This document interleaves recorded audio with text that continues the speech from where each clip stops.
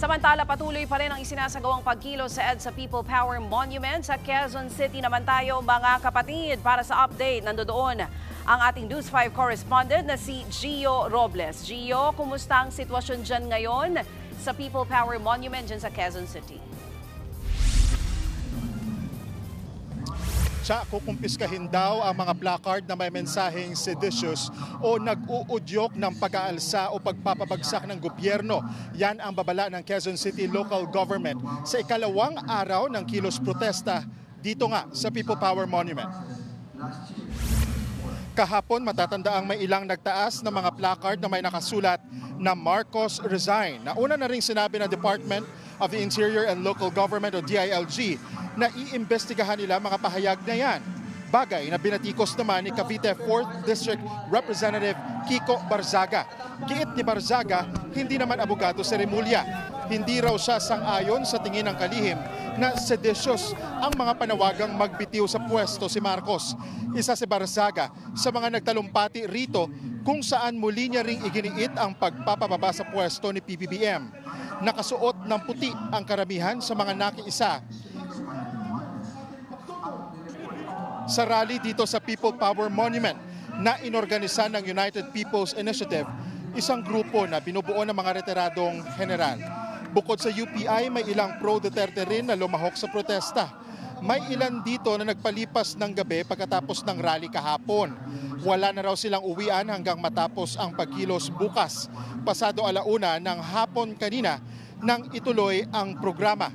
Bantay sarado at mahigpit ang seguridad dito sa venue at may barikada ng mga pulis dito sa aking point of view of POV.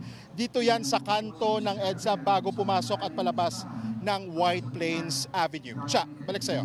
Gio, ito bang rally na nangyayari ngayon dyan sa People's Power Monument? Aabot din ba ito hanggang bukas kagaya ng sa Iglesia ni Cristo o hanggang ngayong araw na lang? Hanggang bukas siya inaasahan na matatapos o sasabay nga sa pagtatapos din ng Peace and Accountability Rally dyan sa Mayloneta. Itong programa din na isinasagawa ng UPI dito nga sa may People Power Monument. Yung ilan nga sa mga nakausap natin na mga nakikiisa, kung makikita mo dito sa likuran ko, wala na raw uwian sila, sala sa init, sala sa lamig. Mag-aantay daw sila hanggang sa pagtatapos ng programa bukas. Sa ngayon, maririnig nyo, hopefully naririnig nyo dyan, ito piniplay sa LED wall, itong mensahe o yung video statement na inilabas itong weekend. Kaugnay nga dito kay dating Congressman Zaldico ngayon while ongoing yung programa. Yes, Gio, mas marami bang tao kahapon? Umabot yan sa 5,000. Ngayong araw, ang tansya nila, ilan ang tao na umattend ang protesta dyan sa People's Power Monument? As of alas 12 nitong tanghali ay nasa 3,000 yung mga tao na nakikiisa dito. Although medyo nabawasan na yan compared to yesterday, but as you can see, medyo makapal pa rin naman yung mga nakikiisa dito sa kilos protesta sa may People Power Monument. And we do not know yet kung hanggang bukas ba ay madadagdagan pa yan since last day na nga bukas o mas mababawasan pa yung mga nakikiisa dito sa kilos protesta na ito dito sa People Power Monument. Gio, kamusta ang traffic situation sa area na iyan? At meron na bang anunsyo ang Quezon City Government kung may suspension ng klase sa Quezon City dahil sa protesta? Sa ngayon, wala pang impormasyon tayo na nakukuha mula kay Mayor Joy Belmonte kaugnay sa suspension ng classes.